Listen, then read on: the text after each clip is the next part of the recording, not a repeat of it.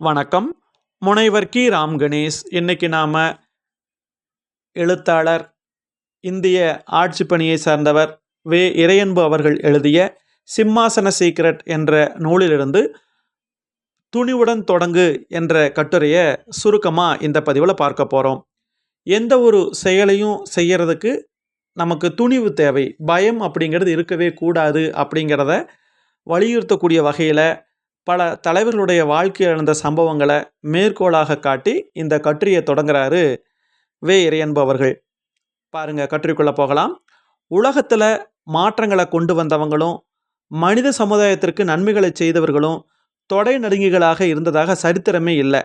துணிச்சலாக தெரியக்கூடிய பல பேர் நெருங்கி பார்த்தா எவ்வளவு கோழையானவர்கள் அப்படிங்கிறத நம்ம தெரிஞ்சுக்கலாம். அதே மாதிரி நாம் ஒரு செயலை செய்யும்போது நமக்கு நிச்சயமாக ஆன்ம பலம் தேவை. அதுதான் நம்மளை ஜெயிக்க வைக்கும். இப்போ சுவாமி விவேகானந்தர் சொல்கிறாரு, எதற்கும் பயப்படாதீங்க, உங்களால் அதிசயிக்கத்தக்க வேலையை செய்ய முடியும். பயமின்மை தான் இந்த நொடியில் சொர்க்கத்தை உங்கள் பக்கத்தில் அழைச்சிட்டு வரும் அப்படிங்கிறது சுவாமிஜி விவேகானந்தருடைய கருத்து. விவேகானந்தர் வெளிநாடு போயிருந்த அந்த நேரத்தில் ஆங்கிலேயர்கள் என்ன நினைக்கிறாங்கன்னா, அவருக்கு ஆங்கிலம் தெரியாது அப்படின்னு சொல்லிட்டு அவரை ஏளனமாக பேசுகிறாங்க. அப்போது அவருக்குன்னு வாய்ப்பு கிடைக்கிறப்போ ஆங்கிலத்தில் பேசி அவங்களவே அதிரச் செய்தாராம் விவேகானந்தர். அப்போ அவர் சொல்கிறார், விவேகானந்தர், நான் ஆங்கிலம் தெரிந்தும் உங்களுக்கு பதில் கூறவில்லை. காரணம் என்ன தெரியுமா? முட்டாள்கள் பேசுவதை பற்றி நான் கவலைப்படுவதில்லை அப்படின்னு முகத்தில் அடித்தது மாதிரி விவேகானந்தர் பேசியதாக ஒரு செய்தி வருது. அதே மாதிரி அமெரிக்காவில் எத்தனை இடைஞ்சல்கள் வந்தாலும் தொடர்ந்து சொற்பொழிவாற்றக்கூடியவர் அப்படிங்கிறத நிரூபிக்க விவேகானந்தர் பேசிட்டு இருக்கிறப்போ அவர் காதை அப்படியே உரசிக்கிட்டு ஒரு தோட்டா போகுது, அந்த துப்பாக்கியிலேருந்து வரக்கூடிய தோட்டா போகுது. அப்போ கூட அதையும் பொருட்படுத்தாமல் உரையாற்றியவர் அப்படின்னு சொல்கிறாங்க. அதே மாதிரி உலக மதங்கள் மாநாட்டில் இந்தியாவினுடைய பெருமைகளை சமரசம் செய்யாமல் எடுத்து வச்சு உலகத்தினுடைய கவனத்தையே ஈர்த்தவர் அப்படின்னு சொல்லி விவேகானந்தரை சொல்லுவாங்க. அவருக்கு அறிவு, தீட்சண்யம், துணிவு அப்படிங்கிறதுனால அந்த குணங்கள்னால அவருடைய புகழ் மூளை முடுக்குகளை எல்லாம் சென்றடைந்தது அப்படின்னு சொல்கிறாங்க. ஒரு மனிதனுக்கு கம்பீரத்தை தருவது துணிவுதான் என்பதை சாதித்து காட்டியவர் சுவாமி விவேகானந்தர். அதனால தான் அவர் பிறந்த நாளை இளைஞர்கள் தினமாக நாம் ஏற்றுக்கிறோம். பெயர் கெட்டாலும் பரவாயில்ல, மக்கள் தவறாக நினைச்சாலும் பரவாயில்ல அப்படின்னு நினைக்கிறப்ப தான் ஒட்டுமொத்த சமுதாயம் நம்பிக்கொண்டிருக்கின்ற ஒன்றுக்கு எதிரான ஒரு கருத்தை முன்வைக்க முடியும். இதற்கு போர் வீரனை காட்டிலும் அதிக துணிவு தேவைப்படுகிறது அப்படின்னு சொல்கிறாங்க. அதற்கப்புறம் நபிகள் நாயகம், அந்த இஸ்லாமியத்தில் வரக்கூடிய இறை தூதர், அவருடைய வாழ்க்கையில் நடந்த ஒரு சம்பவத்தை இங்கவே இறையன்பவர்கள் குறிப்பிடுறாங்க. ஹிரா அப்படிங்கிற ஒரு மலைப்பகுதியில் நபிகள் நாயகம் வாரக்கணக்காக தவம் பண்ணுறாரு. இரவு பகல் தெரியாமல் அவர் தவம் பண்ணிட்டு இருக்கிறப்போ திடீர்னு அந்த மலை குகை முழுவதும் பிரகாசமாக இருக்குது. இடி இடிச்சது போல ஒரு ஒலி கேட்குது. என்ன சத்தம் கேட்குதுன்னா, வானத்திலிருந்து ஓதுவீராக அப்படிங்கிற ஒரு சத்தமாக ஒரு குரல் கேட்குது. உடனே நபிகள் நாயகம், நான் எதை ஓதுவது அப்படின்னு தயங்குறாரு. அந்த உருவம் அப்படியே நபிகள் நாயகத்தை பக்கத்தில் வருது. அப்படியே நெஞ்சோட நெஞ்சா அவரை அப்படியே கட்டி பிடிச்சிக்குது அந்த உருவம். அப்போ தான் அந்த நபிகள் நாயகத்தோட பேரறிவுக்கண் திறந்தது. இறைவனுடைய திருப்பெயரை அப்படியே ஓத தொடங்குறாரு. மலைக்குள்ளிருந்து வெளியில் வர்றார். வந்து தன்னுடைய மனைவி கிட்ட அதை பகிர்ந்துக்கிறார். நபிகள் நாயகத்துடைய மனைவி பேர் கதீஜா அம்மையார். அப்போது அவங்ககிட்ட போய், யாரை முதலில் அழைப்பது, நான் சொல்வதை யார் மதிப்பார்கள் என்று நீங்கள் ஏங்க வேண்டாம், உங்களை பரிபூர்ணமாக நான் நம்புகிறேன். அப்போ அவர் மனைவி கிட்ட சொல்கிறார், இந்த மாதிரி கடவுளுடைய அருளாசி எனக்கு கிடைச்சது அப்படின்னு சொல்கிறப்போ அவங்க மனைவி சொல்கிறாங்க, யாரை முதல்ல அழைக்கிறது, நான் சொல்கிறத யார் மதிப்பாங்கன்னு நீங்கள் ஏங்க வேண்டாம், உங்களை பரிபூர்ணமாக நான் நம்புகிறேன், அவனுடைய இறைவன் ஒருவனே என்றும் நம்புகிறேன், அதனால் திருத்தூதர் நீங்கள்னு நான் நம்புகிறேன் அப்படின்னு அந்த கதீஜா அம்மையார் குறிப்பிட்றாங்க. அதுக்கப்புறம் நபிகள் கஃபா அப்படிங்கிற இடத்துக்கு போகிறாரு. அங்கே போய் வரகா அப்படிங்கிறவரை சந்திக்கிற வாய்ப்பு கிடைக்குது. அவரோட வேண்டுகோளின்படி அந்த நபிகள் நாயகம் என்ன பண்ணுறாருன்னா, தான் கண்ட காட்சிகளை அந்த வரகா கிட்ட தெரிவிக்கிறார். உடனே வரகா கண் தெரியாதவர். அவருடைய ஒளி இழந்த கண்கள்லேருந்து மகிழ்ச்சி கண்ணீர் வழிந்தொடியது. அவர் சொல்கிறாரு, என்னுடைய உயிர் யார் கையில் இருக்கின்றதோ அவன் மீது ஆணையிட்டு கூறுகின்றேன், நீ இறைவனால் இவ்வுலகிற்கு அனுப்பி வைக்கப்பட்ட இறுதி மா நபியா இருப்பீர். உன்னிடம் இறைவனுடைய அருள் செய்தியை கொண்டவர் வானவர் கோமான் ஜிப்ரைல் என்று வேறில்லை அப்படின்னு சொல்கிறாரு. நான் ஒரு இளைஞனாக இருக்கக்கூடாதா? உம்மை இந்த உலக மக்கள் பொய்யர்னும் பைத்தியக்காரனும் சொல்லுவாங்க. உமக்கு சொல்ல முடியாத துன்பங்கள குடுப்பாங்க.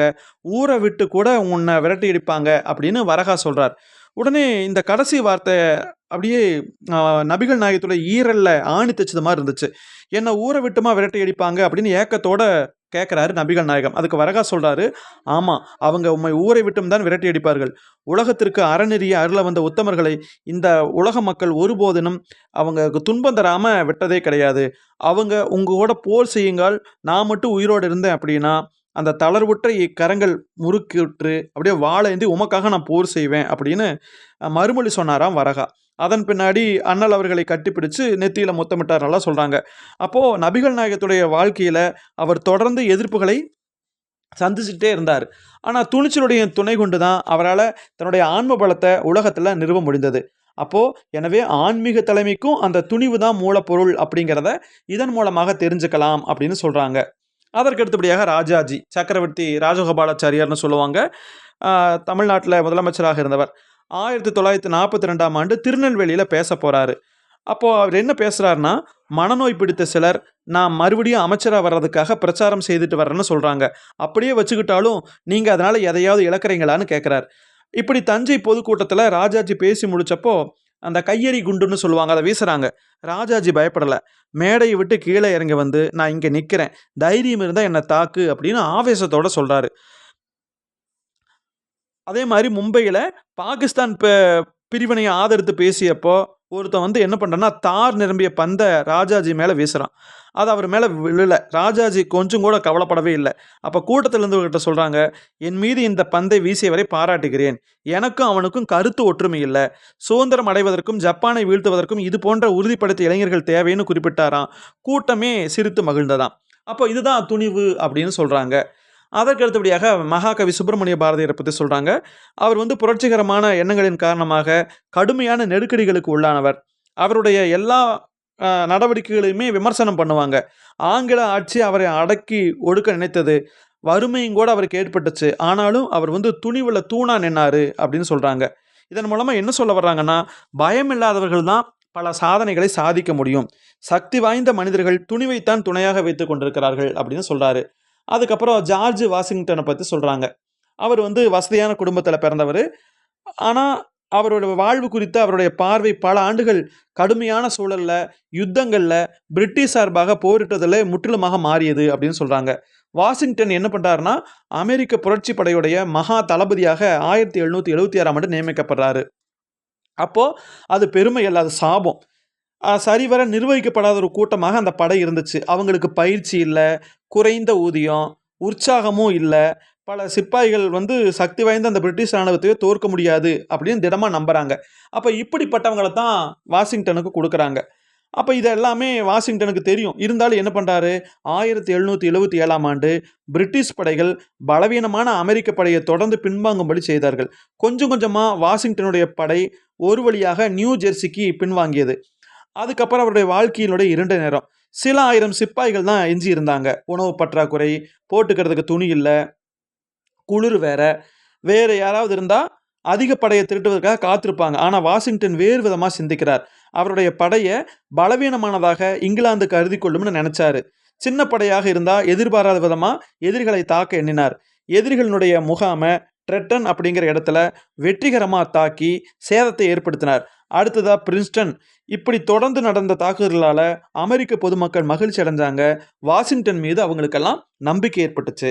அதுக்கப்புறம் வாஷிங்டன் என்ன பண்ணார்னா, கொரில்லா யுத்தம் நடத்த தொடங்கினார். அவருடைய படை நகர்ந்து எதிரிகளை எல்லாம் பந்தாட ஆரம்பிச்சுச்சு. அவங்கள என்ன செய்யறதுன்னு தெரியாம பிரிட்டிஷ் படை தடுமாறுச்சு. அச்சமில்லாம இந்த துணிவு தான் வாஷிங்டனால பல பலவீனங்கள வளமானதாக மாற்ற முடிந்தது. அதுக்கப்புறம் விஞ்ஞானத்த பத்தியும் சொல்றாங்க. விஞ்ஞானத்திலயும் தலைமையை அடையணும் அப்படின்னா துணிவு தேவை. உலகம் எதிர்க்குமே அப்படின்னு ஒதுங்கி நின்னா, முக்கியமான கண்டுபிடிப்ப மக்களிடத்துல கொண்டு போக முடியாது. உயிருக்கு பயப்பட்டா பெருவாரியான மக்களுக்கு நன்மையை செய்ய முடியாது. உண்மை கசக்கும் அப்படின்னு நடுங்குனா, இன்னைக்கு நாம அனுபவிக்கக்கூடிய பல கருவிகள அறிவியல் நமக்கு தந்திருக்காதுன்னு குறிப்பிடுறாங்க. நிறுவனங்களிலும் புதிய வர்த்தகத்தை கையாளும் போதும் வெற்றி பெறுமா அப்படிங்கிற ஒரு சந்தேகம் ஆழமா இருக்கும். சிலர் இருக்கிறதையே தக்க வச்சுக்கிட்டு சராசரியான தலைமையோடு இருப்பாங்க. ஒரு சில இடங்கள்ல மிகப்பெரிய வாடிக்கையாளர்களை கொண்ட நிறுவனங்கள் தலைமை பொறுப்பில் இருப்பவருடைய அச்ச உணர்வின் காரணமாக 10வது இடத்திற்கு தள்ளப்படுவதை பார்க்கலாம். ஆக நியாயமான காரணங்களுக்காக துணிவோட விளங்குவது ரொம்ப அவசியம். சின்ன வயசுலேருந்தே அந்த பண்பை யார் வெளிப்படுத்துகிறாங்களோ அவங்க தான் மிகப்பெரிய ஒரு நிலையை அடைய முடியும். அப்போ இந்த கட்டுரையில் யார் யாரையெல்லாம் குறிப்பிட்டிருக்காரு அப்படின்னு பார்த்தீங்கன்னா, சுவாமி விவேகானந்தர், ராஜாஜி, அதற்கப்புறம் பாரதியார், அதுக்கப்புறம் வாஷிங்டன், அப்போது இது மாதிரியான அறிஞர்களை பற்றியெல்லாம் குறிப்பிட்டிருக்காங்க. இவங்க எல்லாருமே துணிந்து போராடியவர்கள், எதை கண்டுமே பயப்படாதவர்கள். அப்போ வாழ்க்கையில் ஒரு உயர்ந்த நிலையை அடையணும் அப்படின்னா நாம் எதற்குமே பயப்படக்கூடாது, உயிருக்கும் பயப்படக்கூடாது. ஒரு ஆன்மீகவாதியாக இருந்தாலும் சரி, இல்லை அரசியல் தலைவராக இருந்தாலும் சரி, அல்லது ஒரு படைக்கு தலைமையேற்று நடத்தக்கூடிய ஆளாக இருந்தாலும் சரி, அந்த இடத்துல உயிர் பயம் அப்படிங்கிறது இம்மி அளவு கூட இருக்கக்கூடாது. உயிர் பயமோ அல்லது எதை கண்டாலும் அஞ்சு நடுங்குகின்ற அந்த குணமோ இருந்துச்சு அப்படின்னா வாழ்க்கையில் நாம் எதையுமே சாதிக்க முடியாது. அப்போது எந்த ஒரு செயலையும் செய்யறதுக்கு முன்னாடி அதை துணிவோடு நம்ம தொடங்கணும். அப்போ அந்த துணிவோடு தொடங்கக்கூடிய அந்த செயல் தான் நமக்கு வாழ்க்கையில் வெற்றியை தரும். அதுக்கு நம்ம அந்த விவேகானந்தருடைய அந்த கொள்கையை நம்ம மறக்கவே கூடாது. எதற்கும் பயப்படாதீங்க, உங்களால் அதிசயிக்கத்தக்க பணியை செய்ய முடியும். பயமின்மை தான் இந்த நொடியில் சொர்க்கத்தை உங்களிடம் அழைத்து வரும் அப்படிங்கிறத நாம் எல்லாருமே மனசில் பதிய வைக்க வேண்டும். அப்போது விவேகானந்தர் அமெரிக்கா போயிருக்காரு, மற்ற நாடுகளுக்கெல்லாம் போயிருக்கிறாரு. அவரை ஏளனம் பண்ணுறாங்க. ஏளனம் பண்ண சூழலில் கூட அதற்கு எதிர்ப்பை அந்த சரியான நேரம் வரும்போது காட்டுறார். அப்போ ஒரு துறவி அப்படிங்கிறதுக்காக அவர் அமைதியாக இருந்து விடவில்லை. தனக்கான வாய்ப்பு கிடைக்கிறப்போ அந்த துணிவோடு அவர் செயல்பட்டிருக்கிறார் அப்படிங்கிறத தெரிஞ்சுக்க முடியுது. அப்போ இன்றைக்கி நம்ம ராஜாஜியை பற்றி பேசுகிறோம், விவேகானந்தரை பற்றி, பாரதியார், வாஷிங்டன், இது மாதிரியான தலைவர்களை பற்றியெல்லாம் நம்ம பேசுகிறோம் அப்படின்னா அவங்க வாழ்க்கையில் துணிவோடு போராடி அவங்க ஜெயிச்சதா அதுக்கு காரணம். நபிகள் நாயகம் அவருடைய வாழ்வியலையும் இந்த இடத்துல நம்ம எடுத்துக்கலாம். இப்படியாக இந்த கட்டுரையில் சொல்லப்பட்டிருக்கிறது. மிக்க நன்றி. மீண்டும் நாம் இன்னொரு பதிவில் சந்திக்கலாம். நன்றி.